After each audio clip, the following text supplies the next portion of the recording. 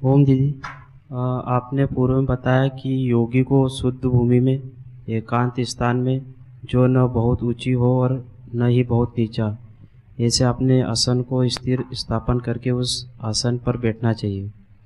मेरा प्रश्न ये है कि क्या मैंने तो नहीं बताया था, गीताकार ने बताया था, व्यास ऋषि ने बताया था। हाँ बताओ आप। क्या इसमें दिशा का भी महत्व है?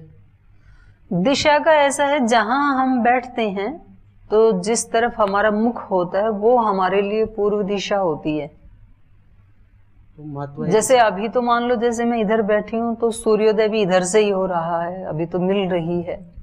बाई चांस आप इधर मुंह करके बैठे हैं तो आपकी पूर्व दिशा इधर है अब, और दाहिनी साइड में दाहिना जो हमारा हाथ है इधर फिर दक्षिण दिशा होती है, और मुख के पीछे पश्चिम होता है, और लेफ्ट हैंड में उत्तर दिशा होती है। तो ये जरूरी नहीं है, उन दिशाओं को भी हमने व्यवहार के लिए ऐसे बना लिया है कि सब लोगों को, ताकि दिग्भ्रम ना हो।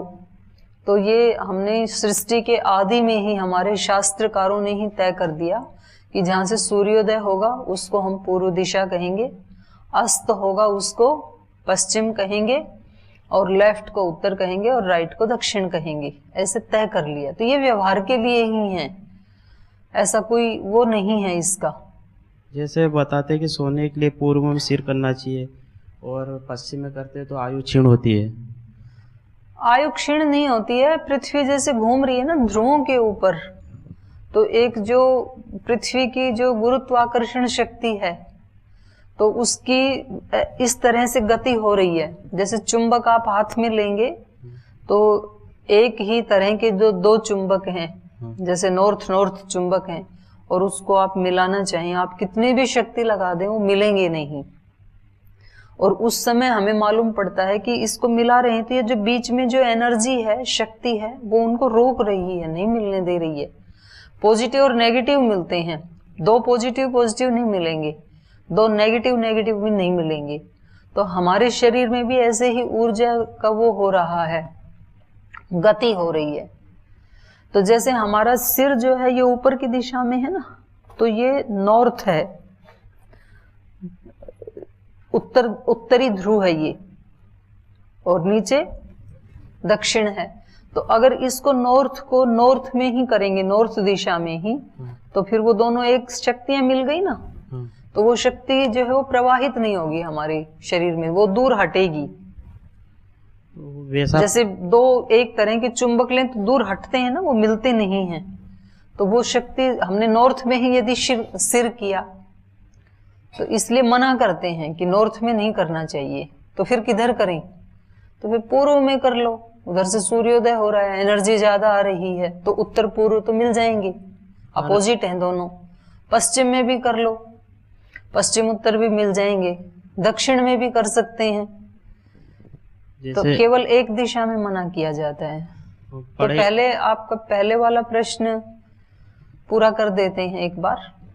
तो ये जो कहा जाता है कि पूर्व दिशा में बैठ करके पढ़ना चाहिए, ध्यान करना चाहिए, या उत्तर दिशा है वो देवों की दिशा मानी जाती है, दक्षिण दिशा है वो यम की दिशा मानी जाती है कि दक्षिण दिशा में मुंह नहीं करना है, तो ऐसा नहीं है। वैदिक मंत्रों में तो हम सभी दिशाओं के अधिपतियों को प्रणाम करते हैं, और दक्षिण दिशा में आप चाहे जिंदगी भर भी मुंह ना करें तो भी एक दिन तो दक्षिण दिशा में यम के पास जाना ही पड़ेगा, उससे बच थोड़े ना सकते हैं।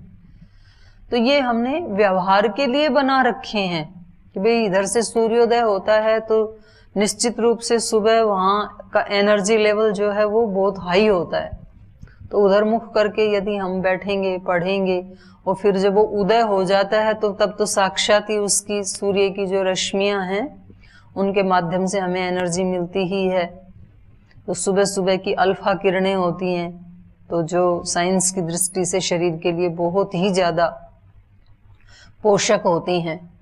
तो फिर उसी तरह से फिर वेद में मंत्र भी बना दिए, उद्यन्नद्य मित्र मह आरोहन उत्तराम दिवम हृद्रोगम मम सूर्य हरिमाणम चनाशय, ऐसे ऋग्वेद में आया है मंत्र कि उदय होता हुआ सूर्य, उद्यन अद्य मित्रमः, हे मित्रमः, सबसे नजदीकी मेरा मित्र मेरा प्रगाढ़ मित्र, आरोहन उत्तराम दिवम, द्युलोक में ऊपर चढ़ते हुए, हृद्रोगम मम सूर्य हरिमाणम च नाशय, हे सूर्य मेरे हृदय के रोगों को अति शीघ्रता से नाशय नष्ट कर दो। ऐसे प्रार्थना की जा रही है वहां पे। तो एक तो अल्फा किरणों का टच हो रहा है, फिर वैसा ही चिंतन चल रहा है, फिर वैसा ही वाणी से जाप चल रहा है, तो फिर उसका लाभ मिलता ही है। तो ये विद्या अध्ययन के समय भी विशेष, विद्या अध्ययन के समय भी ऐसे ही बताया है कि पूर्व दिशा में या उत्तर दिशा में मुख करके। पर वैज्ञानिक दृष्टि से पूर्व दिशा में करेंगे तो सूर्य किरणें आंखें खराब करती है। नहीं तो सारे समय थोड़ी सूर्य आपके सामने होगा। जैसे अभी मैंने मुंह कर रखा है पूर्व दिशा में, तो किरणें थोड़ी मेरी आंखों को खराब करेंगी, क्योंकि वहां पर दीवार लगी है, पर्दा लगा है। विशेष ये नहीं कह रखा वहां, ये थोड़ी कहा है पूर्व दिशा में मुंह करना है तो सूरज की किरण भी आनी ही चाहिए। आप स्क्रीन लगा लो, आंख खराब होती है तो, लेकिन एनर्जी तो मिल रही है ना। दिशा का महत्व है, दिशाओं का महत्व है, लेकिन दिशाओं का ही महत्व है ऐसा नहीं है।